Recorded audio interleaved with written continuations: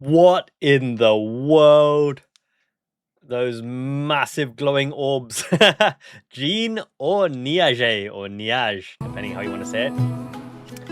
What's going on here? Mystery. Now that's obviously Jeane, right? Or is it? She has to take an Elias. Is she part of the Sindar race? Is it like Officer Jenny and Nurse Joy in Pokemon? Are they not the same person, but clones of each other? She's confirmed not to have a true rune, but she's been around for centuries. Associated with Sindar, she's a playable character in Genso Suikoden 4. She has the magical ability. She can imbue a rune onto you as well. Knowledge of runes. Kuroku the dog in Suikoden 3 knew the secret of Jeane, and Jeane's like, tee hee hee hee, don't tell anybody, my dear Kuroku. Something to do with animals.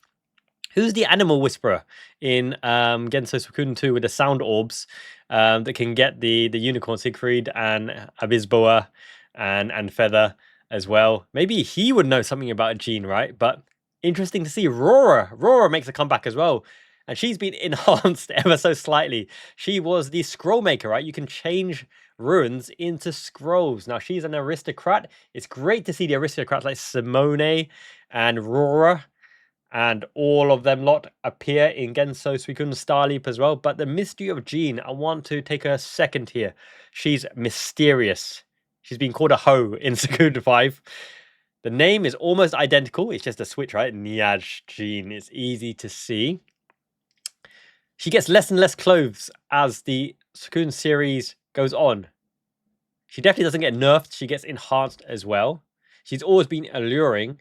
Is she the embodiment of a true rune or a subsidiary of a true rune? Like kind of like how the Star Dragon sword is the personification of the Night rune. Is that how it works? Is Yuba a personification of the Hachifusa eightfold rune as well?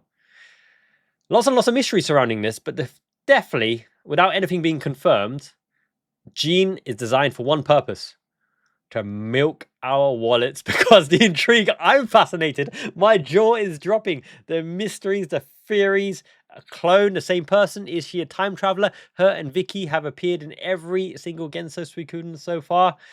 She doesn't visibly age. She tries to avoid attention, but does she though? Because she's enticing and alluring everyone. How can you avoid attention while standing out from the crowd in that kind of getup, that kind of Arabian getup?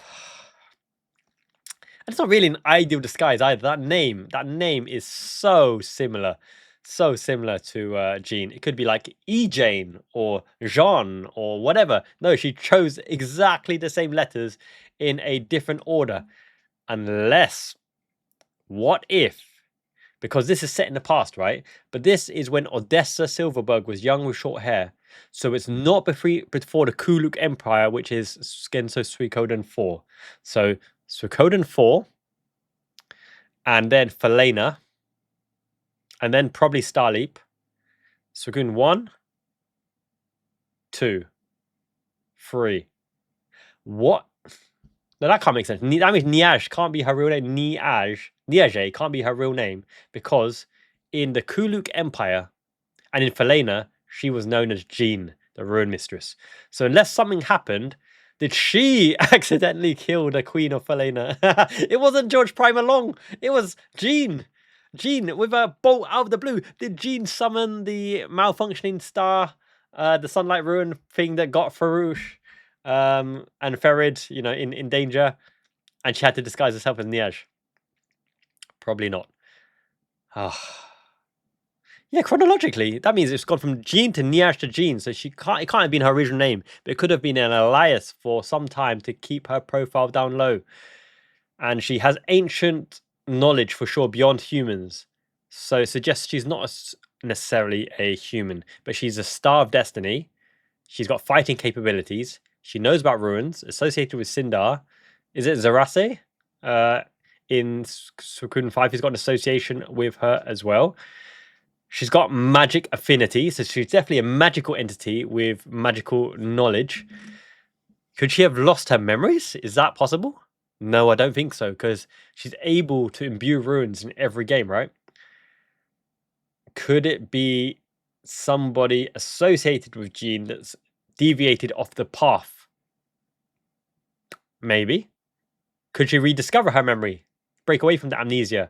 during the course of Star Leap? Could it be a side quest to regain Jeane's memories and find out a bit more about her? Now, that's a beautiful thing about Genso Suikoden Star Leap, is that it's canon. The lore is canon, which means we will find out more about Odessa Silverberg, short-haired version, Liberation Army, Young Flick, Humphrey, Victor, Sanchez. We'll find out more about Jeane. We're now going to find out more about Rora as well. She doesn't really seem... She's got something to do with true runes. Something, even though she doesn't bear one. She doesn't age. She might not be human. Could Neaje be an alternative skin of Jeane summoned from the Rune of Change from Hikasak in Star Leap's gacha system? Time manipulation. Alternative perspective. She could have became the woman who became Neaje in this game, but she's still got that association with Rora. So it kind of intimates its original Jeane. So a Sindarian survivor, an ancient rune sage, a true rune guardian. True rune guardians are a thing. Because of the true wind rune guardian and that tree, true rune guardians are an actual thing, like the Fogship Guide. Could she be an entity similar to the Fogship Guide in Genso Suikoden 4, who had the Soul Eater for a temporary period? What if it's deceptive? What if she's testing you and saying, "Greetings, my name is Neaje," and then the main character or someone like Tom McDowell or Ted just, "You're Jeane," and she's like, "Ching ching, bingo." But Vicky, Jeane, Pesmerga, Yuba will have a say in the ultimate fate of the Genso Suikoden universe because they are the lingering mysteries, right? The lingering mysteries, but the look is the same, the hair color is the same, the costume and the body proportions are the same. She is a mascot for Genso Suikoden. And she says, she smiles, "I am Neaje. I can run the rune shop. I have these abilities." Is she a Star of Destiny? Judging by things, she's probably one of the free-to-play Star of Destinies in the Star Leap freemium module because, well, she's got to be part of your... Surely she's got to be part of your castle building, your mercenary fort or whatever castle that you're going to build up because she's got a prominent role, right, as the rune mistress. I cannot wait for Star Leap Percy to unveil all the mysteries of Genso Suikoden. And I'm so thank you, Murayama Senpai, Sensei, giving us Eiyuden Chronicles and kicking Konami up the arse to get them to realize that this series is the ultimate series. Trails is fun. I played the first one now. Final Fantasy is great. The Chrono Trigger is legendary with Toriyama's artwork. The Mana series, I love me some Mana series, but Genso Suikoden is man versus man in a world that's governed by the true runes, fighting for the right to protect your hometown and your families. Please tell me, is fate changeable? Fate is definitely changeable. Murayama changed fate by showing the success and backing of Eiyuden Chronicles with Bunny and Rabbit Studios, and therefore Konami. The fate has been changed, the hand has been shown, and the hand is the stars of destiny aligning again. Thank you, everyone. Smash a like, subscribe. I'm going to do Genso Suikoden content daily, yo. If you guys request it, I am here for you. So make sure you support your boy, the Miyazaki Man Sai.